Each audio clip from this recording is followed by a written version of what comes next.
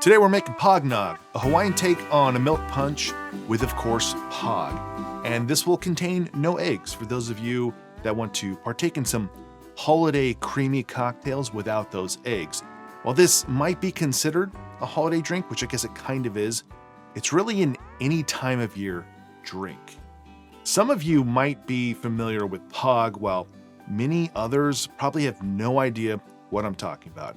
POG is an acronym for Passion Orange Guava, and it was first introduced by the Haleakala Dairy in Maui sometime in the 1970s. The drink became popular, and you'll still find it in Hawaii today. It's a little harder to find here on the mainland, but often you'll see it as juice in the milk section of your grocery store. You'll find canned forms like the Passion Orange Guava from Hawaiian Sun, which you know is authentic because of those ridges on the can. Or you might find it in the frozen section from Hawaii's own. And you can always make your own POG. A few of you that were kids in the early to mid 1990s may remember POGs as something else, the incredibly popular game where you would stack up caps and knock them over with a slammer. I was super into this at the time as a kid, and I even held on to my POGs. And the name POGs comes to the game from the drink.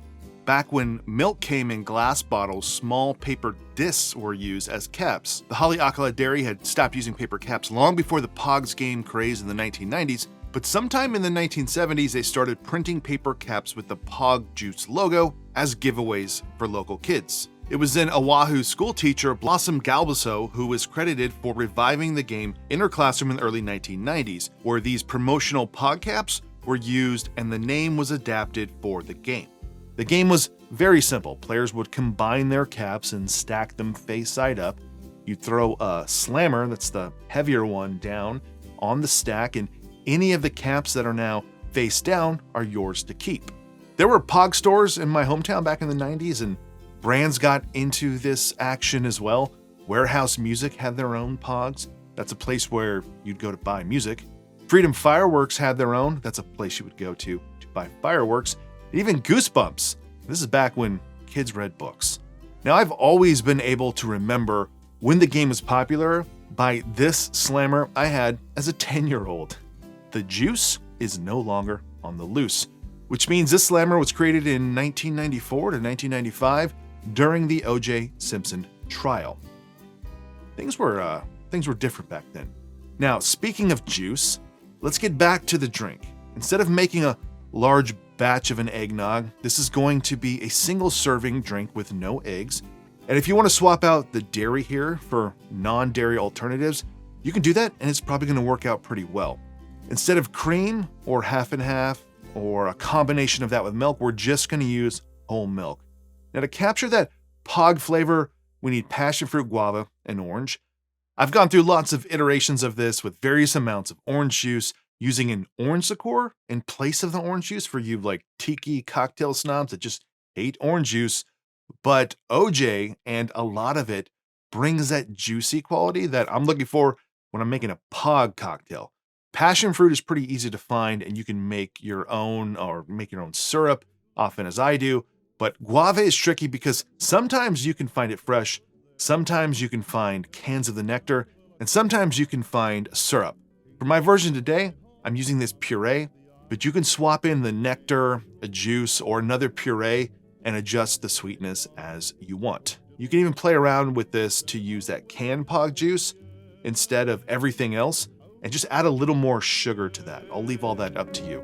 So let's make some POGNOG. You can shake this or put it in a drink mixer. I'm going to start with 2 ounces of orange juice, 2 ounces of whole milk, a fat 1/4 ounce of passion fruit syrup, fat 1/4 ounce of guava puree, and 1.5 ounces of rum. Use whatever rum you want.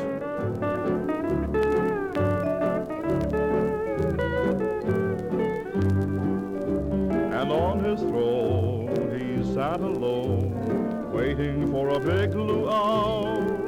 Royal maidens fair were gathered there to greet him with a grand welcome.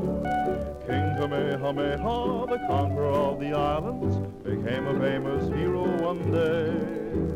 I'm going to garnish this with a little bit of grated nut.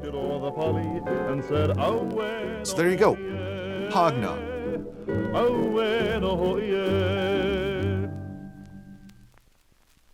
All right, let's try some POGNOG.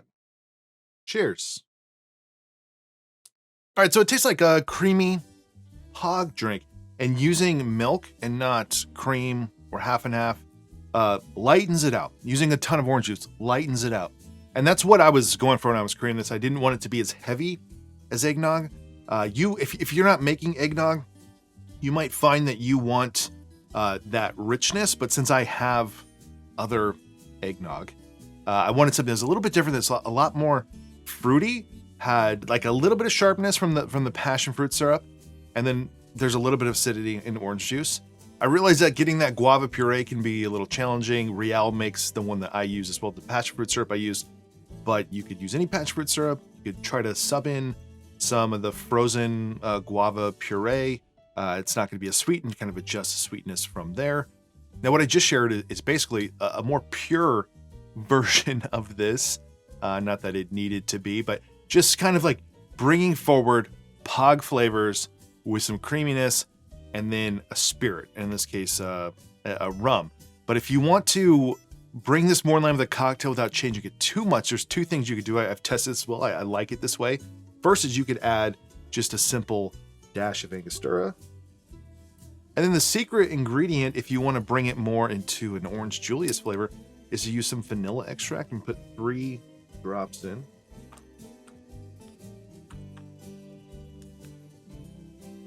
Now, to me, that makes the drink a little bit better. It feels more like a normal cocktail. Angostura helps kind of bring in some of the spice you're going to get there from the nutmeg, as well as from the rum, which not a spice rum, but just kind of those flavors from the Appleton 8 that I used.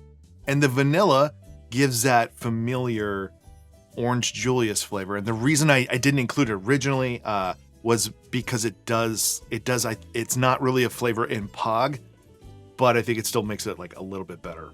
Overall, just something different for you this holiday season, this time of year, but you could enjoy this anytime. This would probably be great blended as well. And while I spent quite a bit of time just iterating different ideas here with orange liqueurs and different amounts of juice, this one does come off on the sweeter side, trying to replicate more of the traditional POG juice. But adjust that. If you're making this, adjust that however you want. This is really version 1, and I know I'm going to be thinking about this all year long. And then next December, I'm going to be back to thinking about other ways to make an even better POGNOG. So that is it for this one. If you enjoyed this video, please give it a like below. Consider subscribing to the channel. If you want to support this channel more, go check out my Patreon page. And otherwise, see you on the next one. Sing, oh buddy, sing of your eternal spring.